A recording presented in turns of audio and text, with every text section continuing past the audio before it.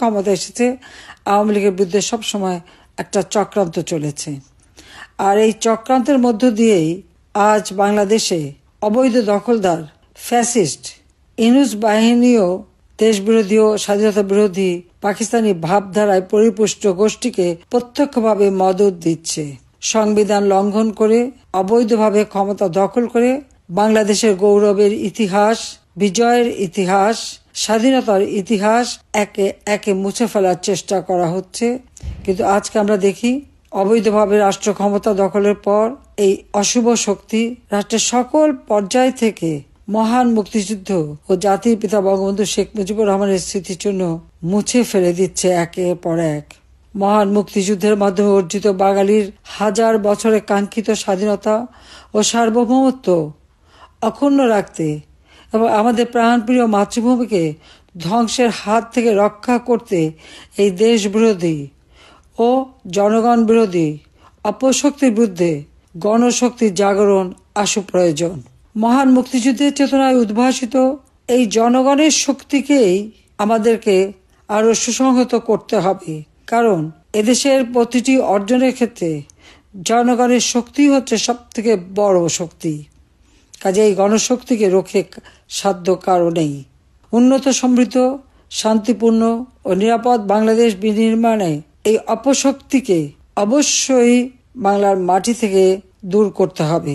আমি মনে করি সমগ্র জাতি ঐক্যবদ্ধ হয়ে আমরা আজকে বাংলাদেশকে যে আর্থসামাজিকভাবে ধ্বংসের কিনারায় নিয়ে যাওয়া হয়েছে, দেশের মানুষের জীবন যে বিশ্বাস উঠেছে, দ্রব্যমূল্যের ঊর্ধ্বগতি, বিচারহীনতা, মানুষের জীবনের নিরাপত্তা, ঘরে বাইরে সর্বক্ষেত্রেই যেটা অস্বাভাবিক পরিস্থিতির সৃষ্টি করেছে, এখান থেকে বাঙালি জাতিকে মুক্ত করতে হবে।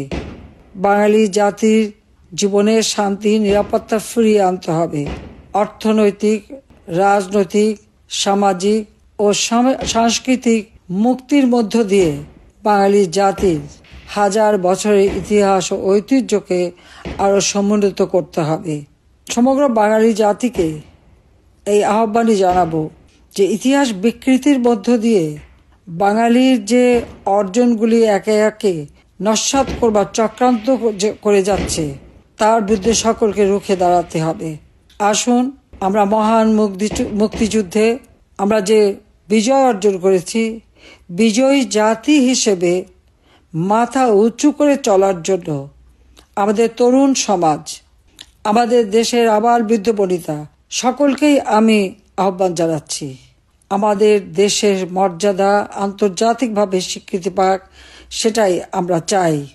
যে সম্মান আমরা অর্জন করেছিলাম, যা আজকে এই অপশক্তির হাতে ধূলিসাৎ হয়ে গেছে, সেই বিজয়ের গৌরব আবার আমরা ইনশাল্লাহ ফিরিয়ে আনব।